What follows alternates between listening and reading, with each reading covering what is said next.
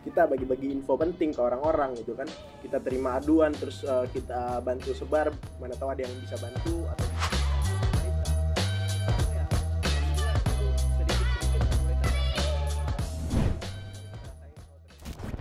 Ya, hai guys. Ya, sekarang kita masuk ke segmen 2 ya, masih di Ngobras ya, ngopi bareng Mas Triadianto. Ya, Bro. Minback kita ngopi lagi nih, lanjutin dulu. Kudu ngopi emang. Kan gini nih, kalau gue suka perhatiin kan, gue suka scroll gitu di tweet gue, terus ada orang yang nge-tweet atau lo retweet, terus gue jawab gitu kan. Ya, ternyata kan interaktifnya cukup bagus ya. Nah, sejak itu kalau menurut lo, banyak nggak orang yang ngadu terkait dengan persoalan-persoalan yang mereka hadapi lah? Mau dijawab. Banyak banget. Ini kan jujur ya, jujur. Banyak banget. Bukan di depan gue nih. Agak ini asli nih. Banyak banget. Banyak ya? Iya. Sampai yang simple kayak bikin KTP, kok susah banget Min, nyurusnya gimana? Kan kita bingung jawabnya, kita kagak paham pisan ya kan. Iya. Bukan orang pemerintahan juga, makanya kadang kalau benar-benar hal itu vital atau gimana pasti kita anjurin coba DM Mas Tri aja tuh. Karena kita kan nggak paham gimana kan. Secara kan kita lihat juga Bapak kan Mas Tri kan juga aktif lah di sosmed dan sering nanggepin, makanya kita berharap kita kasih rekomendasi ke masyarakat Kota Bekasi khususnya kalau mau curhat apa segala macam DM Mas Tri pasti banyak masuk DM kan? Masuk gue. Tapi gue senang juga interaktif gitu. Iya. Jadi warga kan lebih mengeksplor lah persoalan yang dia. Iya, biar lebih paham lah. Lebih paham gitu. Soalnya kan kita kan warga kan kalau kagak tahu bawaannya suzon aja, Pak. Contohnya suzon lo apa lah sama pemerintah? Kayak set nih jalan kagak dibener-benerin nih. Ditilep kali nih buat ngopi ya. Padahal kan anggarannya belum turun gitu kan. Cuman kan kalau ada penjelasan kan kita jadi lebih paham. Jadi lu sendiri sebetulnya udah tahu jawabannya ya? Udah tahu. Kan ada banyak kepala, Pak. Iya. Terus kalau hal-hal lu kira-kira pada saat lu pagi milih info atau aduan itu sebetulnya benar apa enggak? Itu lu kadang melakukan klarifikasi apa feeling aja? Kan nggak semua orang yang ngadu terus lu retweet kan nggak mungkin kan? Kalau kayak gitu kita emang kalau yang dari portal berita itu kita buka portal berita, kita screenshot, kita posting. Berarti berarti itu udah valid lah, udah masuk media gede gitu kan. Iya. Cuman kalau yang dari aduan macam-macam dari masyarakat itu apa laporan segala macam, kalau itu bersifatnya terlalu vital lah apa segala macam darurat, kita nggak tahu sama sekali tahu itu benar apa enggak, kita suruh dia posting sendiri. Biar dia yang bertanggung jawab atas tulisannya, atas laporannya. Ntar kita retweet gitu. Jadi lu nggak nge-retweet dia? Kita tetap nge-retweet tapi dia yang posting. Oh, dia yang posting, bukan lu yang posting. Iya. Jadi lu sebetulnya posting itu dalam kondisi yang betul-betul clear ya? Main aman, Pak. Main aman ya, safety player ya. Oh. Jadi Bapak nggak bisa ninin. Saya susah, Pak. Saya aman soalnya. Main aman saya. Iya. Dan kalau kayak gitu, lo main portal besar ya? Portal besar. Portal media-media besar ya, aman lah ya. Iya. Karena kan sekarang nih zamannya juga dengan keterbukaan ini kan orang sebetulnya menjadi lebih terbuka lah ya. Iya. Mereka mengungkapkan unek-unek yang kebetulan sebetulnya ya itu tadi masih sebetulnya sujon, masih asumsi gitu. Asumsi. Ini memang perlu kita sama-sama edukasi. Sama kita luruskan lah. Luruskan media sosial gitu. ya, karena itu gunanya kan. Betul.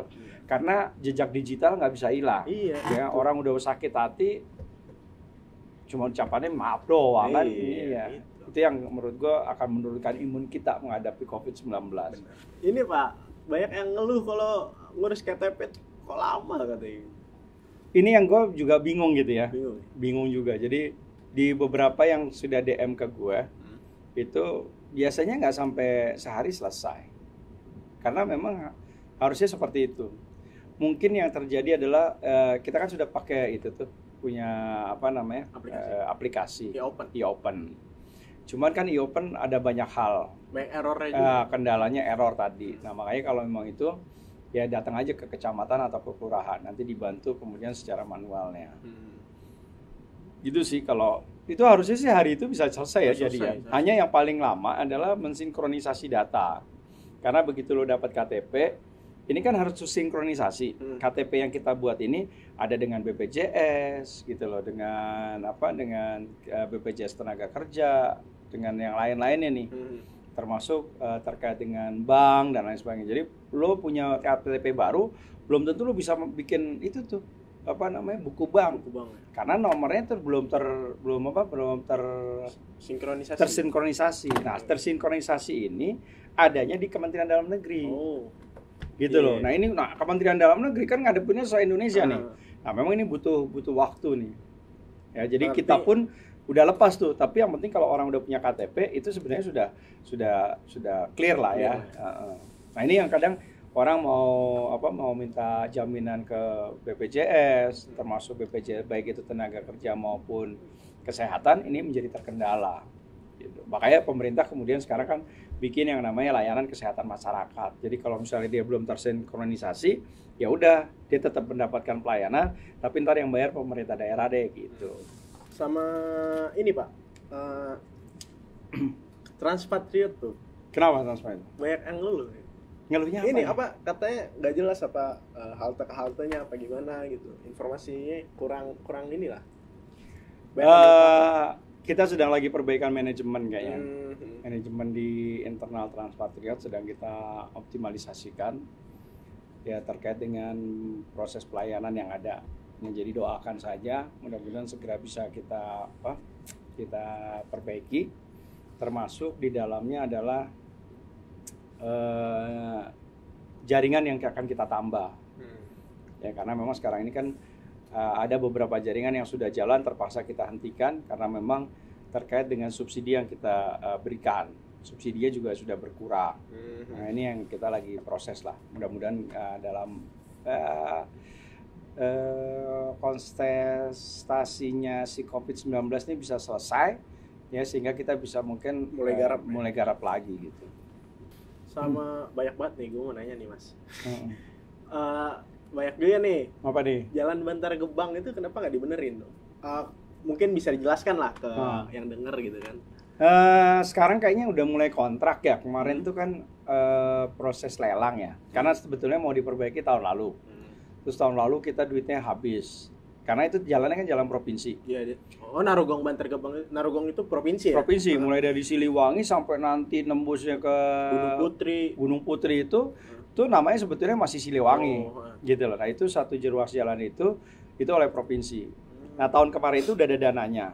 Tapi kemudian karena Covid dihapusin, dianggap itu tidak menjadi prioritas. Nah, tahun ini ada lagi dananya. Dan waktu lelang tahap pertama gagal. Nah, sekarang kayaknya sudah kontrak. Jadi mudah-mudahan sih nggak terlalu lama akan diperbaiki lah. Ntar gue cek lagi ya. Tapi yang gue informasi terakhir sih udah masuk lelang, proses lelang. Ya, yang dibutuhkan memang kesabaran dan kehati-hatian. Ya, karena gue udah minta juga ke Dinas Perhubungan minimal di beberapa spot yang memang black spot area, memang daerah rawan kecelakaan, ya minimal ada rambu. Ditambel lah juga ya. Ya, karena susah juga karena kalau ditambal itu kita kan nambal itu pakai anggaran pemerintah kota. Nanti jadi ada duplikasi anggaran. Ini yang jadi persoalan kita di pemerintahan tuh yang kayak gini-gini gitu. Kayak misalnya Ahmad Yani, kadang kita juga harus bersurat dulu nih. Ini gue pengen benerin ya. Oh, itu provinsi juga? Itu nasional. Oh, nasional itu. Gue pengen benerin nih karena udah rusak. Kalau di sana dijawab, ya oke, baru kita bisa benerin. Tapi kalau di sana jawab, ya nanti karena ini masih lagi proses, kita yang akan melakukan perbaikan, ya mereka yang akan melakukan perbaikan. Nah, provinsi kita bikin surat begitu, dia menjelaskan bahwa ini ada anggarannya, supaya jangan duplikasi tadi. Karena anggaran itu kan nggak boleh dalam satu objek, itu ada 2 anggaran yang masuk di dalamnya. Ntar jadi kecurigaan. Nah, itu lagi. Sujon lagi. Berarti kalau jalan yang punya Kota Bekasi lah, secepatnya kalau bisa dibenerin, pasti dibenerin lah Pak ya? Insya Allah lah, Insya Allah lah. Kita doakan lah. Amin. Biar cepet turun kan. Oke, kita balik ke laptop nih bro. Siap. Nah, sekarang lo nih kan gimana nih cara mendevelopment ya TXT Bekasi ini menjadi followersnya demikian cepat ya, hanya dalam waktu dalam 1 tahun bisa hampir 85.000 gitu.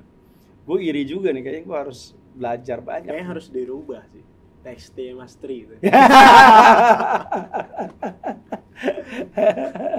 Sebenarnya gini Pak, nggak ada expect sih, kayak berpikiran akun ini bakal besar gitu kan, mulai banyak yang interaksi apa segala macam tuh nggak sampai diundang kayak gini kan, enggak kan. Karena awalnya kan kita mikirnya buat seru-seruan itu kan dibikinnya awal Covid. Pas lagi parah-parahnya itu, April kalau nggak salah 2020. Sebelumnya lo apa kerjaan lo sebelum Covid? Kuliah. Kuliah. Kuliah. Sekarang berhenti. Berhenti. Iya. Oh, enggak maksudnya berhenti, maksudnya stop karena Covid.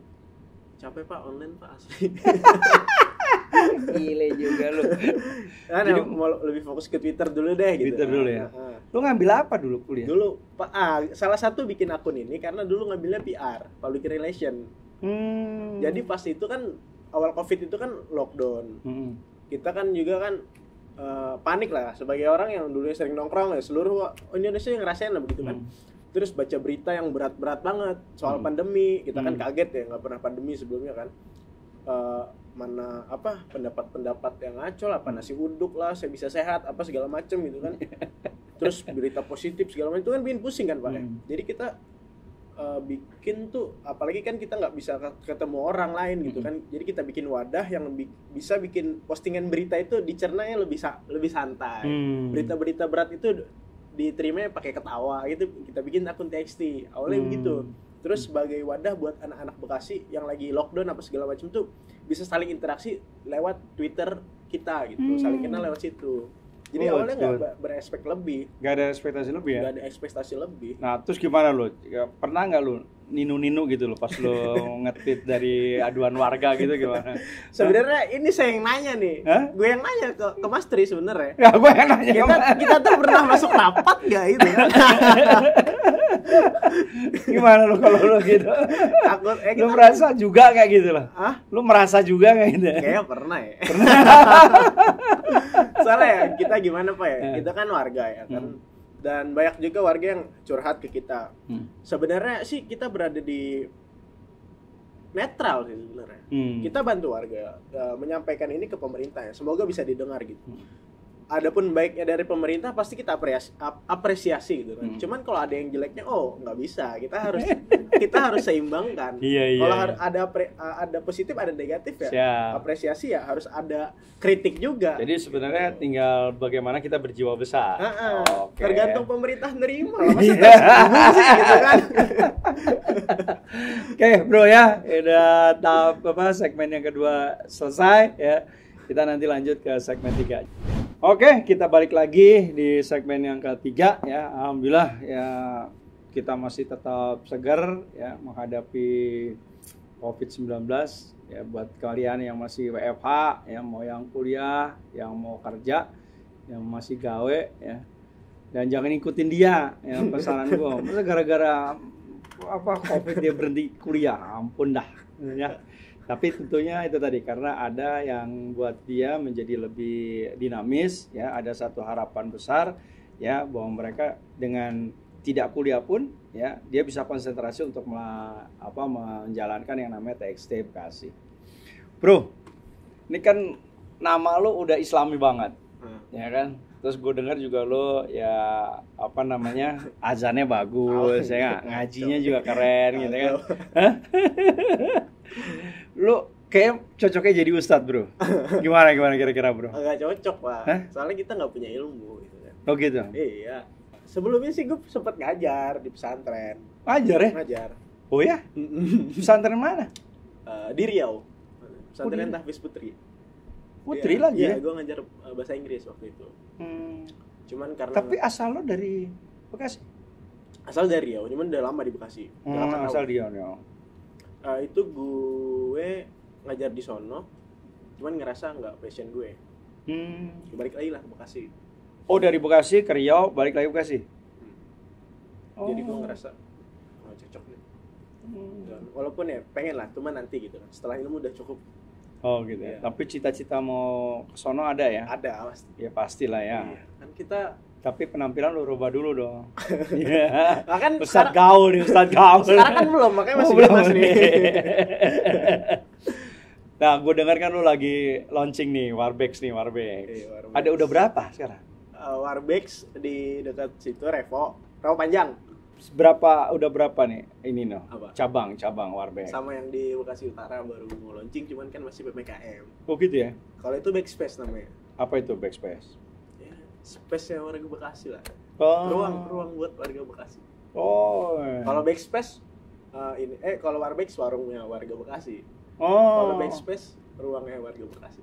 Wih. Cuman kan biar kalau mau nongkrong di situ bisa, kalau yang dekat-dekat dari daerah situ. Cuman kalau daerah utara bisa ke Backspace. Apa konsepnya apa tuh? Beda nggak Warbex dengan tadi back? Beda. Apa? Kalau Warbex tuh lebih ke warkop. Oh, warkop. Kopi hitam, saset gitu ya. Kalau Backspace lebih ke yang agak tinggi dikit lah. Harga masih beda-beda tipis. Begitu. Beda tipis sama mana? Sama yang harga di Warbex. Warbex ceban gitu kan. Kalau Backspace 15.000 gitu. Oh, masih jauh lah sama yang punya yang punya merek gitu, beda ya, masih beda. Ya. So, kalau Bapak tuh bisa borong lah kalau situ. Tapi lu masih tutup itu ya? Masih. Lu nggak berusaha pakai online gitu nggak ya? Enggak lah, biarin aja. Iya. Kita berjalan semestinya aja nih, Pak. Oh gitu ya. Berapa tuh ini ya rencana bisa nyerap tenaga kerja? Sekarang sih masih 1 orang, Pak. Di Warbex 1 orang. Di Backspace 3 orang. Oh 3 orang. Keren juga lo bisanya. Ntar kapan-kapan datang lah. Ya boleh lah. Grand launching lah, Asal jangan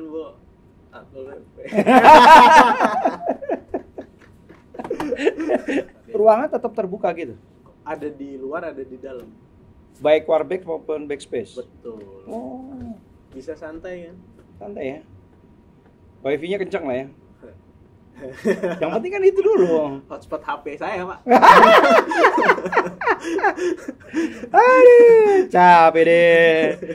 Nah, sekarang kan gini, apa nih kira-kira program dari TXC yang bisa kita kolaborasikan ya baik dengan pemerintah maupun gue punya itu tuh kayak apa namanya hub ya kayak Kota Bekasi Keren gitu supaya kita bisa kolaborasi dalam rangka terus ya tentunya juga yang paling penting adalah sosialisasi program. Ya, yang kedua adalah mengedukasi. Yang ketiga saya pikir kerja kolaborasi itu memang harus melibatkan ya kayak orang-orang kayak lu gitu loh. Orang-orang yang pengangguran tapi banyak acaranya gitu. banyak kegiatannya. Gimana, Bro? Kayaknya sih emang perlunya itu, Pak, kumpulin anak muda sih. Kumpulin anak muda. Iya, serius, itu penting kayaknya. Mungkin Bapak bisa adain seleksi per kecamatan apa gimana gitu. Kenapa anak-anak yang udah dinilai berprestasi di sekolahnya gitu. Terus dikumpulin, terus diserap ide-idenya, Pak. Karena kan sekarang kan ya nggak bisa kita bohongin ya. Emang tuh harus diubah lah, yang mungkin pemikiran lama yang udah nggak bisa disesuaikan, udah kurang sesuai sama zaman yang sekarang, emang harus mestinya diperbarui sama orang-orang baru apa gimana gitu. Dan itu penting, pembaruan ide lah. Kan sekarang kan era teknologi, Pak. Mungkin ntar di Bekasi mana tahu kan apa-apa gara-gara Bapak pakai ide anak muda apa segala macam, nggak usah perlu fotokopi KTP lagi kan, mana tahu. Pas sekarang kan ribet, Pak, apa-apa fotokopi KTP, KK segala macam kan. Ntar kalau pakai anak muda, Pak, kita bikin aplikasi aja biar kita yang ngurus kan enak. Good. Tapi lu lihat ada nggak sih perubahannya?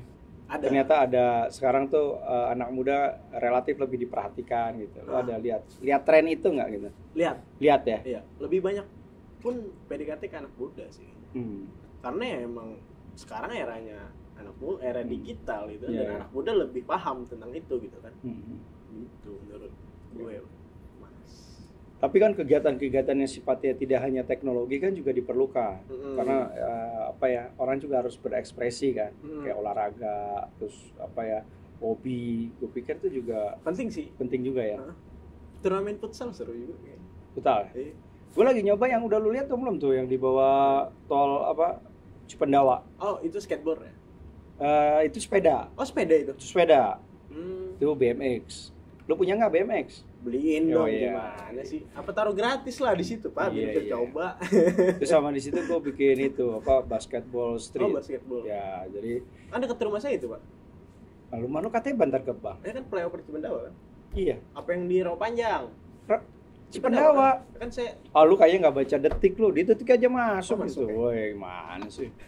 Jadi ntar sore saya fotoin, saya kasih tahu ke orang-orang. Nah gitu ya, supaya mereka tergugah. Minimal karena gue waktu konsep itu, gue juga yang konsep itu anak-anak muda, gue diemin. Jadi gue ngomong di IG gue, gue mau bikin ini, siapa nih yang punya ide? Mereka kumpul, dia gambarin. Nah gue yang ya gue yang mengimplementasikan apa yang menjadi harapan dia gitu.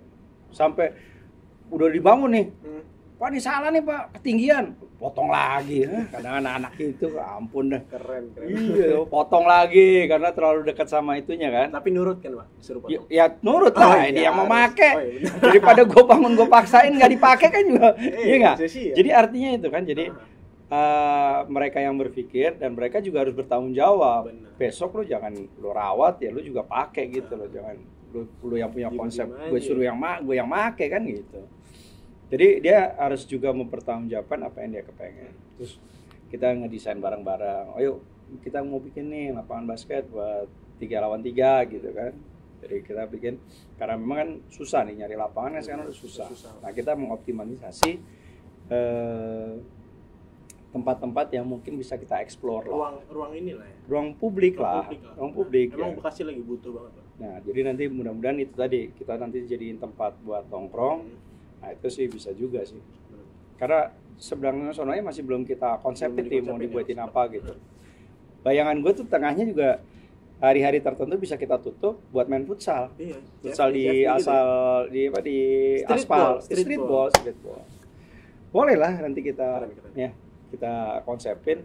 Nah. Pak saya mau nanya nih Pak, kenapa Bapak itu kadang tuh salah diartikan kalau sebagai Bupati Bekasi? Ya, sekarang kan susah. Orang namanya Bekasi kan sama satu. Iya. Nggak ada misalnya kabupaten, kota gitu kan selalu nyebutnya Bekasi. Karena mungkin Bapak lebih sering muncul kali ya. Bisa ya, bisa enggak juga. Nah, ada rasa seneng nggak sih Pak sebenarnya? Kadang tuh kan kalau tweet Bapak tuh sering viral loh. Heran deh. Iya. Heran Pak, asli. Gue juga heran ya, kenapa ya? Bisa aja nih. Padahal seneng kan. Itu banyak yang bilang tuh, banyak yang wah seandainya ya waktu bupati gue begitu gitu. Wah ini dong di Kabupaten Bekasi aja dong, Pak ke Bandung dong, Pak ke Jogja ini dong begitu. Pada begitu Pak, itu ada rasa senang tersendiri nggak sih? Gini loh, jiwa gue kan memang senangnya tuh jiwa apa ya, jiwa bisa menyelesaikan kesulitan orang gitu.